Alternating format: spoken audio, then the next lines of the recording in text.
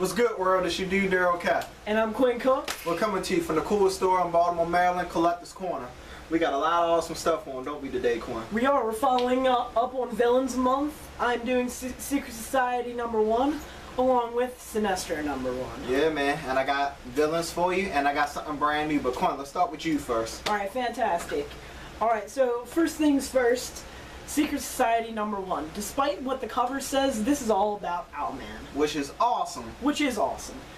This book has absolutely got to be my favorite Villains Month cover. Favorite cover, first of all, and favorite story.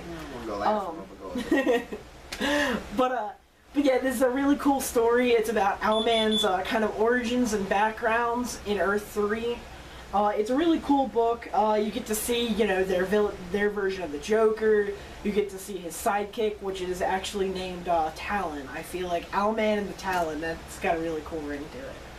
So this book was really cool. It was really dark. It was really gritty. It's actually in the person narrating the story is Alfred, aka the Outsider, who we've seen in Justice League. But we haven't really gotten an origin for some of these characters until now. This book is kind of essential to the whole Forever Evil storyline. I feel like a lot of people overlook this book. I'm imploring you guys, read this book. It is an amazing book. I would absolutely give it a 5 out of 5.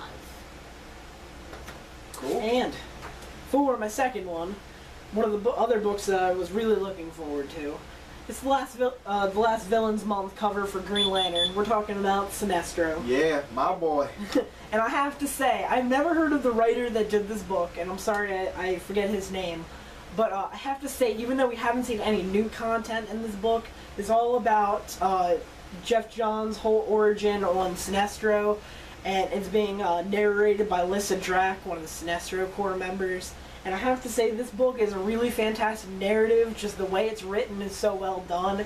Even though it's not new content, it feels fresh. Yeah, I hear they actually keep the continuity from the previous stories. They do. They mention like the first Lantern and how exactly he got his origin, and you know how he was betrayed by Hal.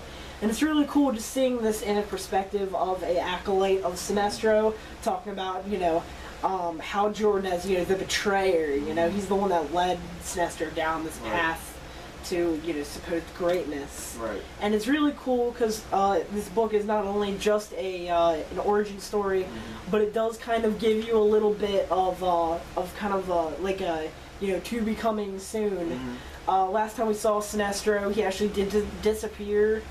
And we haven't seen him up until this point, so I'm really excited to see where this goes from here. And I have to say, I give this a 4.5 out of 5. It's a really cool cover, it's a really great story. I would absolutely pick it up, guys. Sounds awesome. And technically, Sinestro was on the cover of Forever Evil. Yeah, he was. He was. Okay, so we got another Villains Month title coming up. What do you got for us, Darryl? We got my girl, Cheetah. First of all, I want to say, it's a Wonder Woman comic. You know how much I love the new 52 Wonder Woman. I love Cheetah because Cheetah, for so long in the comics, has had such a tangled history, such a tangled origin. She's, you know, she's a beast. She's a werewolf, and then sometimes she just, like on Super Friends, she was just like a rival, like a Catwoman. She was basically Catwoman in a cheetah suit, which was kind of dumb to me always. Right, and that's what I like about the new 52 is that now they get to nail down origins for heroes that they want. Exactly. So what do they bring to us? Well, Cheetah's great because Cheetah, basically, I don't want to spoil the origin. It's a great read. I definitely want you to go get this. I want to start off by saying it's an awesome book and that you would definitely not be disappointed. They actually go into Cheetah powers. They actually goes into... You find out that Cheetah origin actually comes from a god, meaning that she is a mystical beast, also explaining why she was able to hurt Superman in the previous Justice League comic when she was fighting the Justice League. Also, they finally give her Cheetah speed, something that she needed for the longest time. Always frustrated me that her name was Cheetah, but never could run as fast as the Cheetah. So what exactly is that? So basically, I feel like she's equal to Cheetah for the Thundercats, except way more stronger, way more brooding. As you can see, she's pretty vicious and brutal. I mean, look at the cover. She's swiping blood off it. But going even more into it about it, basically, she was a normal woman. She basically came from another clan of so-called Amazon wannabes, is what I'm going to call them, because they basically were Amazons, but they were at the same time. They copied the Amazon ways in their own private cult, as you would, in the country of America. And basically, they used to sacrifice people for their god. I can't remember their guy name off the top. but that's basically where Cheetah got her power from. She sacrificed herself with the dagger from the guy that they worship, and she became the Cheetah. So it's pretty cool. I definitely want you guys to go out and pick this up. This is definitely a great read. You won't be disappointed. Action's in here. Wonder Woman's in here. Cheetah's in here. Steve Trevor's in here. Come on, guys. You got to pick this up. I definitely get this 5 out of 5. Good pickup. I love this. I recommend it. Sounds like a good origin story to the whole Wonder Woman mythos. Yeah, I mean, it just makes me so happy because Cheetah for so long has had such a tangled history, and they finally did some justice to her. I'm happy.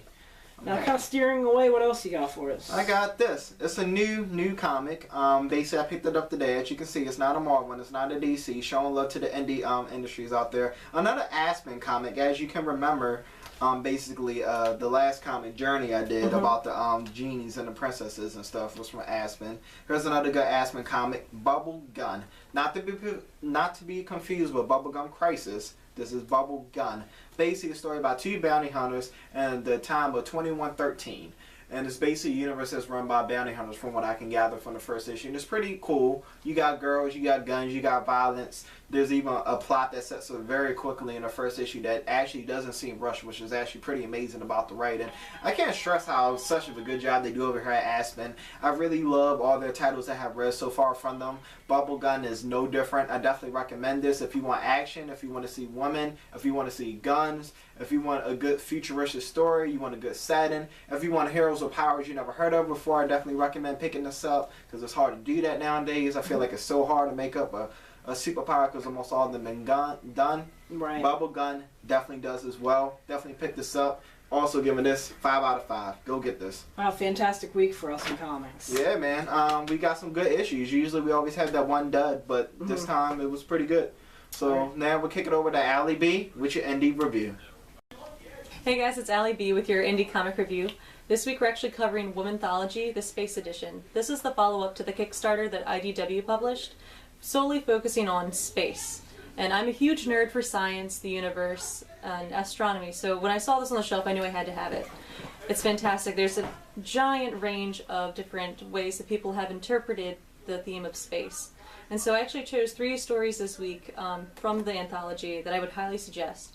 So the first one is called I Will Return, which is a allegorical piece. It pretty much takes the idea that, you know, all the heavenly bodies, the sun, the stars, the planets are anthropomorphized, so they're actually humans.